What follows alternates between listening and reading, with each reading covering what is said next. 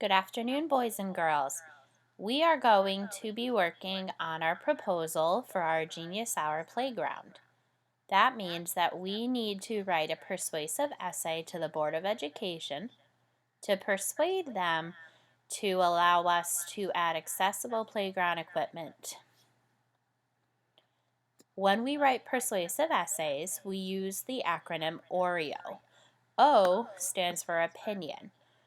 When we write a persuasive essay, the writer has an opinion or a position they are trying to persuade you to agree with. In order to persuade you, the writer will include reasons and examples. Examples are those facts and details that support the reasons and the overall opinion. Now, persuasive essays differ in their structure. They always start with a title, and then an introduction, which will include the opinion or the position.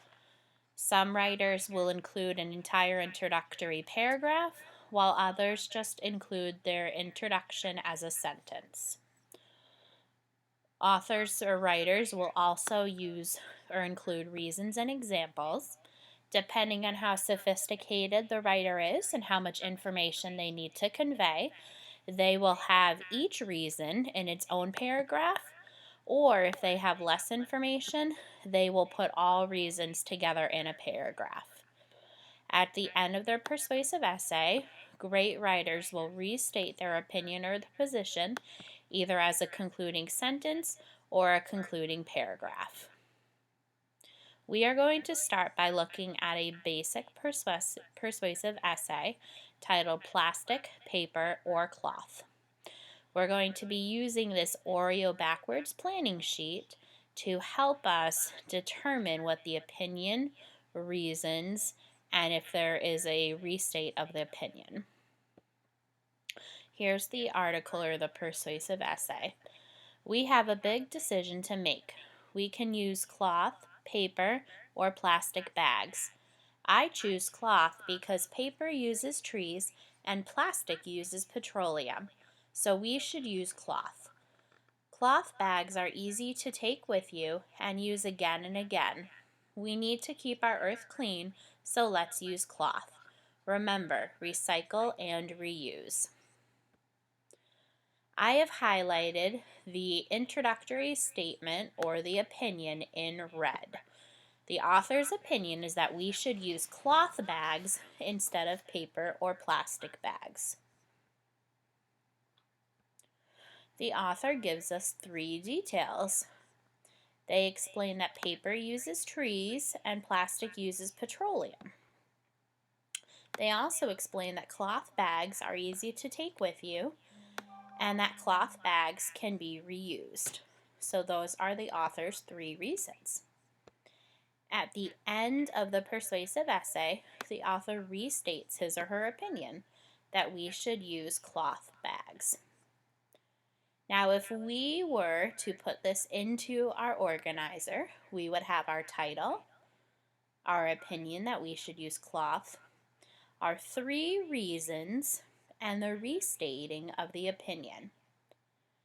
If I'm thinking about whether or not this persuasive essay persuades me to change my opinion, or if I already thought that we should use cloth bags, if it confirms my opinion, I look at both strengths and things we should improve. The title relates to the position of the author. The writing states the opinion, gives 3 reasons, and then restates the opinion at the end. Something this writer could do to improve the opinion is to include examples, because examples will make his or her position stronger. We are looking to become more advanced writers and to persuade the Board of Education. In order to do so, we need to be looking for reasons and examples and counter arguments. Counter arguments are when a writer looks at and acknowledges what the opposing view is and then tries to provide reasons and examples for their own view. We will be looking at the more advanced persuasive essay 15 days or 2.5 months. I'm going to highlight or show you one paragraph at a time. If you would like the full essay, here is our link. Here's the introduction. I have highlighted the opinion in red. Schools should continue using the traditional calendar and not a year-round schedule. So if we look at our more advanced graphic organizer, the title, Summer 15 Days or 2.5 months, and I have written the opinion. School should stay with 2.5-month summer, not year-round school. As a good reader, I need to think about my own opinion before I read the rest of the persuasive essay. My own opinion is that we should have year-round school and have shorter breaks throughout the year. I think it'll benefit students. And then as a reader, I'm thinking, what do I want to read that could change or confirm my opinion?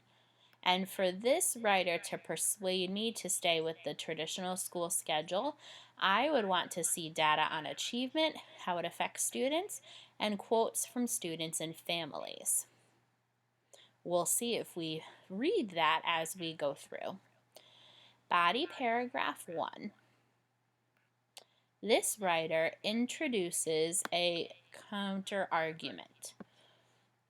The writer says, contrary to the well-accepted belief, year-round schooling has no constructive impact on education. The writer is acknowledging that many people believe year-round schooling will benefit, and then is going to continue to give us details and examples that will tell us otherwise. I have highlighted the three reasons, or examples I should say, in different colors. And I have also highlighted this sentence here in purple. This writer introduced a very specific fact in order to persuade the reader. For example, since 1980, 95% of schools that tried the year-round schedule changed back to a traditional calendar. I think including specific facts like this is very powerful. It gives concrete evidence for what the writer believes. If I go to my backwards planning sheet, I have included the reasons. There's no benefit to year-round schooling, many transitions, test scores not higher, and 95% of schools switch back. I also included that counter-argument that we noticed. Many people believe year-round school beneficial. Moving on to the second paragraph, again I highlighted the opinion that the costs skyrocket. I have highlighted, or the reason I should say, I have highlighted the three different details, and again I have highlighted a specific fact. For example, a high school in Arizona had a cost increase of $157,000 when they switched to year-round schooling. And as I'm reading, I noticed at the end of this paragraph, the writer included another counter-argument. Some schools may not be able to handle such increases, and other schools that can handle these expenses should be or could be doing better things with the money. This writer is expressing the acknowledgement that some schools can handle these expenses, so that would be the argument for year-round school. However, this writer is saying that schools could be doing better things with that extra money. So the writer is acknowledging the opposite view, but then including information to support his or her view. Going back to our backwards planning graphic organizer, we have the reasons and examples. The reason being that it costs too much money, the examples being air conditioning, opening the building longer, and increasing teacher pay, and that very specific detail of the $157,000 increase, and the counter argument. Some schools can afford, but there are better ways to spend money. Moving into the third and final paragraph, again we see there is a specific reason that students would have little time to relax. There are three different supporting details. And instead of including a statistic fact this time, the writer includes a quote from an expert. You'll notice in this paragraph there is no counter argument. So when I move to my backwards planning sheet, I include the reasons and the examples, and I put NA for a counter argument, that there wasn't one in connection to that reason and example.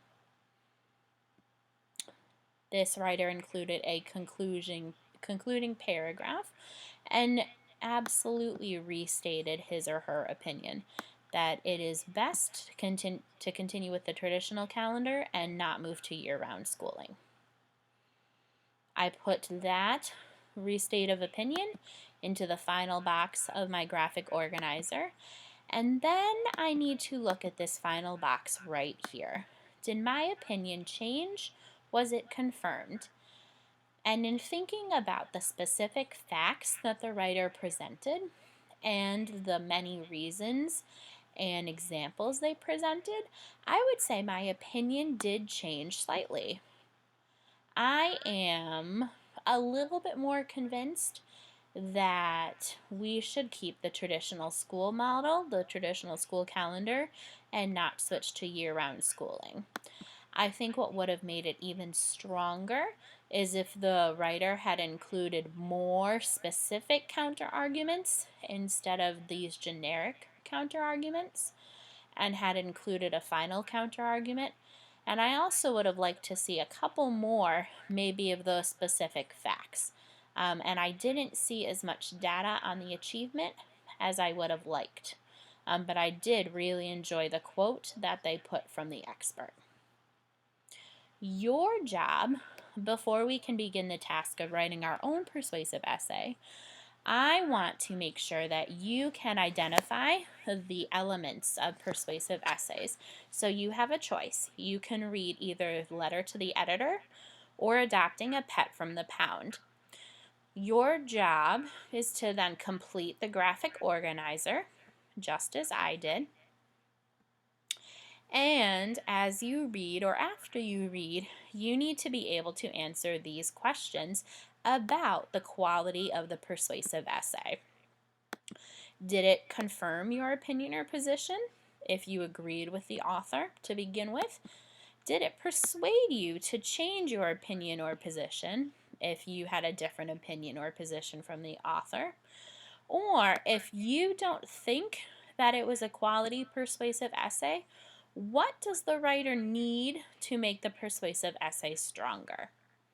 So we need to be thinking about those three questions, and I would like you to briefly jot down your answers to those questions so that you are ready to share with your partner. All right, if you have any questions, you may come see me.